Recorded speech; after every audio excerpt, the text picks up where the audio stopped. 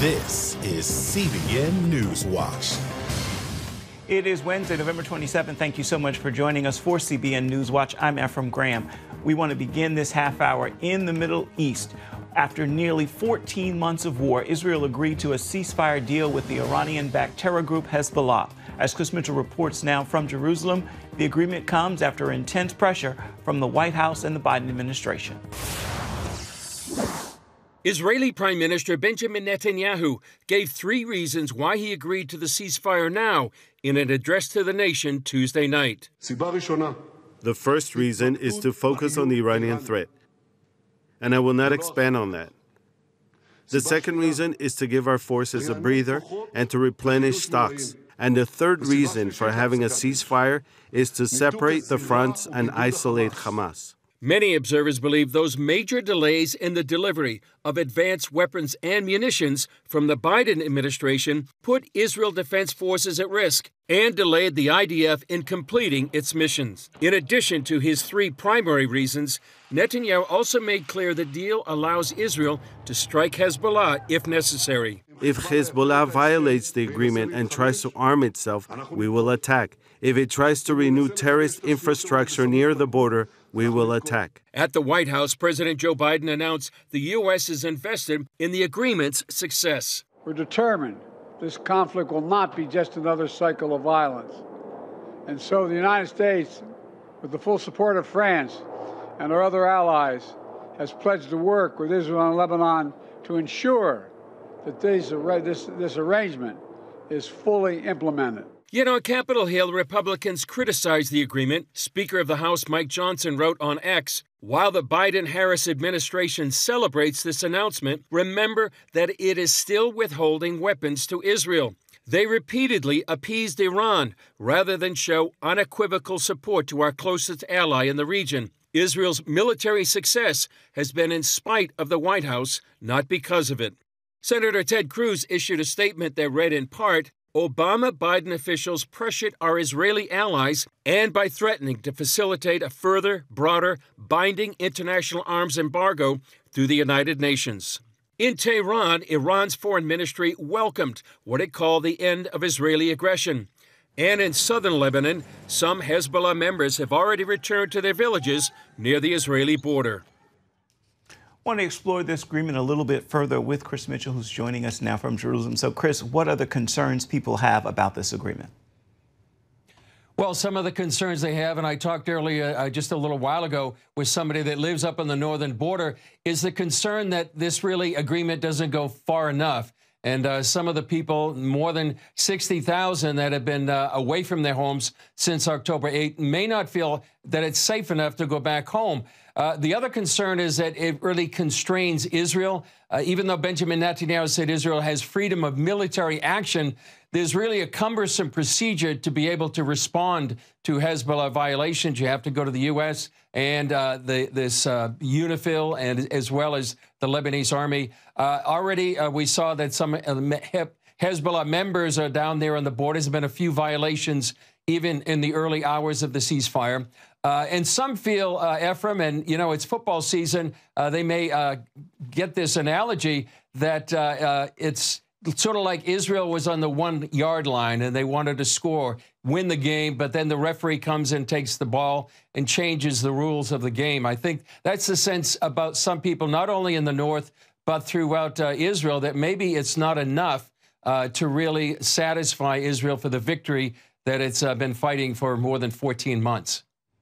How serious was a potential arms embargo by the UN Security Council? Well, the sense, Ephraim, from many is that this was really the key threat that the Biden administration was posing, as Senator Cruz talked about that. It's similar to what the U.S. Obama administration did in 2016 at the end of his presidency. He abstained on a resolution that didn't recognize Jewish presence in the old city of Jerusalem. With the U.S. abstaining, it really could be a binding resolution in the United Nations Security Council. That's exactly what Senator Cruz was warning about. On the other hand, Ephraim, what Israel did in the last several months was inflict enormous damage to Hezbollah. It's lost its leader and its leadership. Most of its arsenal of missiles and rockets have been destroyed. Many of its weapons depots, thousands of fighters have been killed. And also Hezbollah lost control of the southern border with Israel. So Israel can, many people here are satisfied that they really have inflicted great damage on Hezbollah, but maybe not enough. Chris, what do you think Benjamin Netanyahu meant when he said he wouldn't go into great detail about Iran? Well, he was very cryptic about that. He just said he won't go into further details. I know the main goal for Benjamin Netanyahu and for Israel is to destroy Iran's nuclear program. That represents an existential danger and threat to the Jewish state. We don't know right now what maybe Netanyahu and President Trump have discussed come January, but we know that that is the primary thing focused on Israeli Prime Minister Benjamin Netanyahu. Looking ahead real quick, do people expect things will change in 60 days when the Trump administration takes over at the White House? Well, it's interesting that this deal lasts 60 days, and that's when, by then, the Trump administration will take over. We're going to expect here in Israel, they'll be expecting closer relations, warmer relations. President Trump has already said there'll be no arms embargo and that Israel will have all the weapons it needs to fight its enemies. And no attempts as well to undermine Netanyahu and his government. And I believe also talking about Iran, they'll be on the same page of Iran, about Iran, no appeasement, but confrontation. And who knows, many people wonder if they would join together to hit Iran's nuclear sites. All right, our CBN News Middle East Bureau Chief Chris Mitchell, thank you so much for your insight. Stay safe and know that we are praying for you and our team on the ground there in Israel. Back here at home, the holiday travel push is well underway. This week is expected to be the busiest Thanksgiving period on record. Lori Johnson brings us the story. Airports and highways are expected to be jam-packed this Thanksgiving week. AAA predicts nearly 80 million Americans will travel more than 50 miles from home between yesterday and next Monday. Most of them will be traveling by car, close to 72 million. That's 1 million more than last year. Traditionally, Wednesday is the busiest travel day of the year. Gas is about 20 cents a gallon cheaper this year compared to last. However, airfares are more than 4% higher. We were more aware of the pricing, but we have grandchildren in Chicago, so it didn't affect our plans. We're coming. The TSA expects to screen 18.3 million people this week, more than 6% above last year. This is United's busiest Thanksgiving ever, both in Newark and across our system. Passengers are advised to arrive early and pack their patience. I hate the hustle and the bustle, so the more time I give myself, then I'm more relaxed. A shortage of air traffic controllers caused flight delays in Newark. The FAA warns there could be more. Family is very important over everything because family will always be there for you, so you know, you do what you have to do. Millions of travelers may encounter wintry weather, heavy snow in the Great Lakes and the Rockies, wind chills as low as -40 in the Dakotas, and snow and rain on the East Coast just in time for the Macy's Parade. Lori Johnson, CBN News.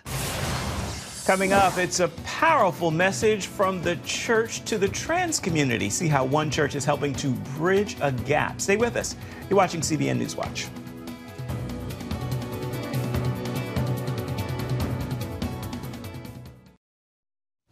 Churches are struggling to meet the needs of parents whose children identify as transgender. That's why a pastor in Northern Virginia opened his church doors to support a group to help them. CBN's Jenna Browder brings us this story.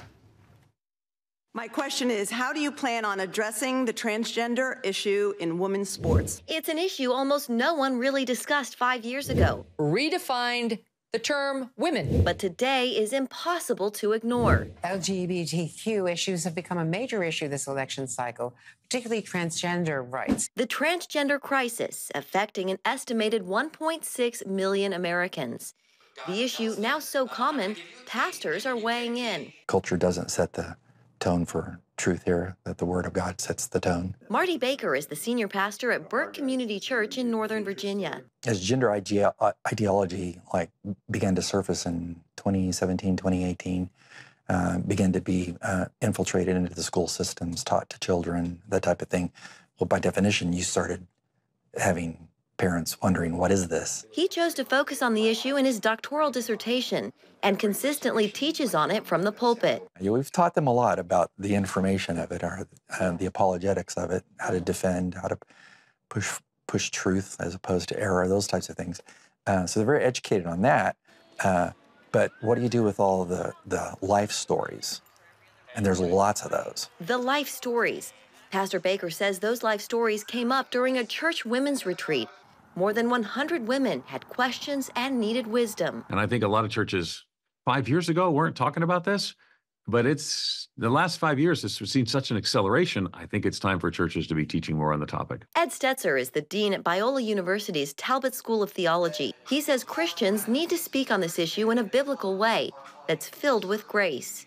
He sees a big opportunity for the church here. So I think this is an opportunity for the Church of Jesus Christ to actually put forth a beautiful image of sexuality and gender that actually I think will call to people who are living in a confused and we're all in a broken world, but just unsure about those things. Well, let's say, here the Bible gives us a path. We want to walk with you on that path. Church member Dr. Susan Ashton Lazaro deals directly with teens on this path as a pediatrician. I will say that thankfully the number of children presenting with gender dysphoria has decreased in the past couple of years, which is truly encouraging.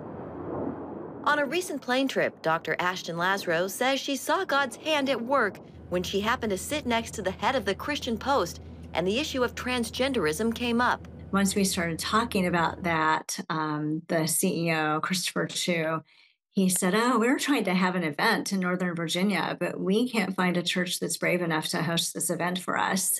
And that's when we started chatting about the fact that I thought our Pastor Marty, would most likely be interested in hosting an event in conjunction with the Christian Post. And it happened. Dr. Ashton Lazaro and other experts in the field gathered at Burke Community Church in October for a conference. During the event, leaders announced the formation of a new support group, Wonderfully Made, a ministry for parents with children who identify as trans and refuse to bow to the pressure of society to socially and surgically transition them. The group is for parents whose children are struggling with their identity. And our aim is to walk in prayer and support and grace with these families to help them feel that they're not alone. Psalm 139, verse 14 talks about God makes you individually. So if God made you, then by definition, he didn't make a mistake. And so there's purposes in how he designs us. That's the essence of the whole thing. God made us, male and female. Genesis 1 says so. So he did make a mistake.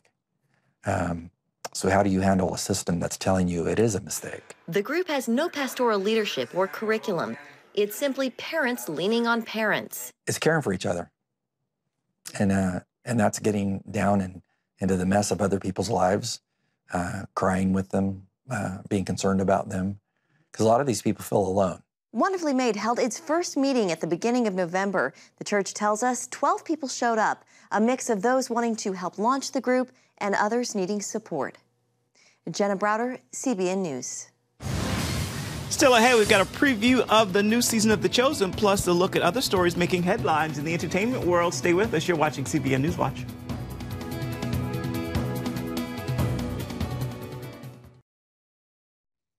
Welcome back to CBN NewsWatch. We got a first look at an all-new season of The Chosen, plus a preview of a coming-of-age biblical film on the life of Jesus' mother, Mary. All these stories and more are on this week's look at the top 5 headlines in the world of uplifting entertainment.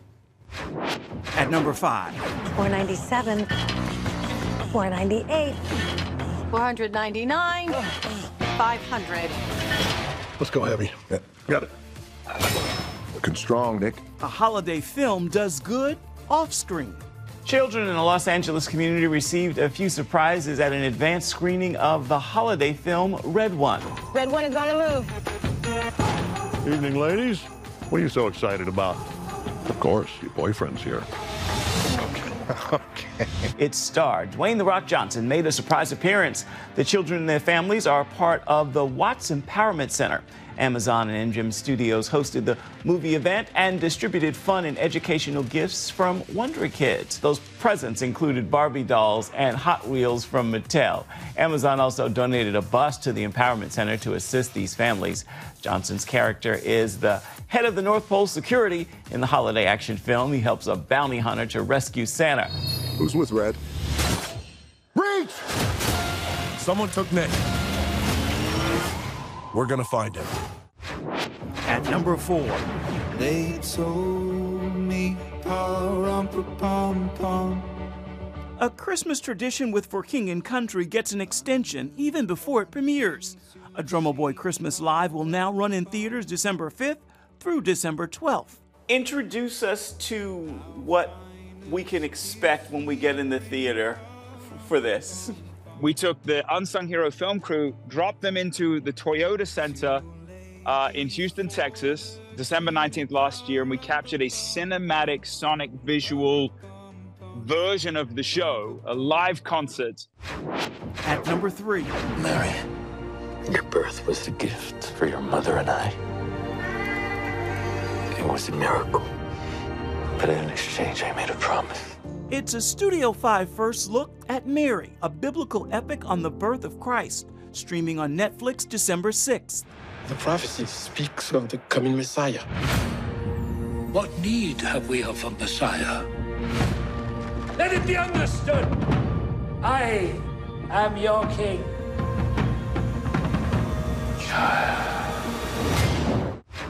At number 2. Listen carefully, because I'm going to tell you what is about to happen. A first look at the Last Supper and a few scenes coming in season 5 of The Chosen. This is my Father's word.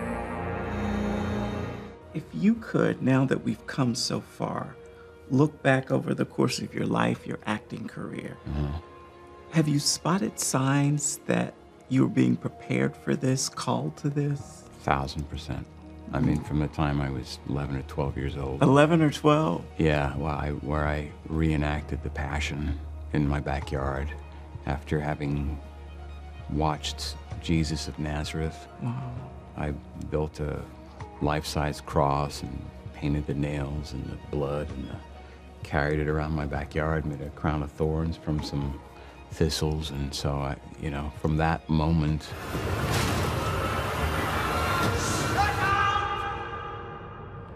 The hour is coming. So thank you for that, and I hope that you're back for 2 more seasons, but that is a wrap on season 5. At number 1. You will be my instrument. Who are you? Denzel Washington. I was put on this earth to share and to be an example of the power and wisdom and grace and mercy of God in my life. Shares a divine encounter while giving reporters a behind-the-scenes look at his latest film. I was sitting on a yacht listening to a song called The Face of God. And nobody was up. I was in my prayer, meditation, reading my Bible. And I'm like, Lord, everybody can see your face. I want to see it. While I said it, when I said, I want to see your face, I heard, look to your left. So I looked to my left, and I looked, and I picked up my phone, and I went, shh. And this is what I saw. Oh, my God. So my life is not the movies I make. Oh, my God. That's what I've been put here to do, or that's proof of the source of what I've been given to do on this earth, and it's not acting. Be sure and join us for a new episode of Studio 5. We're talking to recording artist and painter John Reddick about his music and life. Plus, we've got a look at a new film depicting the life of photographer Ernest Cole, the South African artist and activist who found himself in America and unable to ever return home. You can catch the new episode of Studio 5 on the CBN News Channel. It begins at 8 Eastern. You can also watch it on the CBN News app or on YouTube. Coming up, we've got a look at some special Cubs celebrating a milestone in Hong Kong. Plus, we've got your Wednesday word. It's all coming up. Stay with us.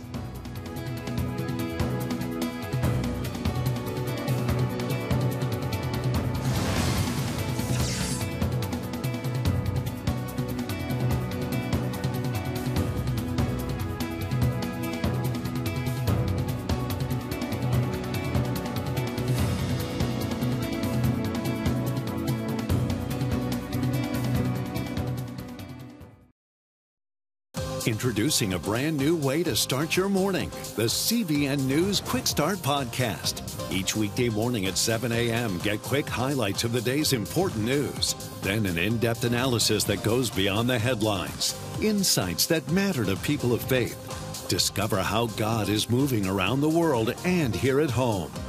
Find the CBN News Quick Start Podcast on iTunes or wherever you enjoy listening to podcasts, because truth matters. Welcome back to CBN NewsWatch. We often hear about panda zoos at the zoo here in the United States. Well, now video has been released of the first locally born panda cubs in Hong Kong. To celebrate their 100-day milestone, Ocean Park released the video showing the two pandas, a girl and a boy, playing together. The cubs don't have names yet, but they're affectionately called Elder Sister and Little Brother on social media. Ocean Park has started a special Instagram page for the pandas and has been updating with videos regularly. Time now for your Wednesday word, and today's word is grace. Know this: God's grace is within your grasp. Receive it. You can't escape it. It reaches your highest mountain. It extends to your lowest valley. In short, God is with you always. Accept His presence. Embrace it. It's yours for the receiving. With that word, I'm encouraging you to make this a wonderful Wednesday and do yourself a favor. Have yourself a wonderful rest of the week as well. That is going to do it for this edition of CBN NewsWatch. Thank you so much for watching. I want to remind you can always find more of our news programs on the CBN News Channel. You can find them there at any time. You can also find them online at cbnnews.com. Take a moment. Let us know what you think about the stories you've seen here today or any day. You can do that by emailing us. That address is newswatch@cbn.com. And of course, you can always reach out and touch us on Facebook, Instagram, and X, formerly known as Twitter. Hope to see you right back here, same time tomorrow. Goodbye, God bless, and thank you so much for watching.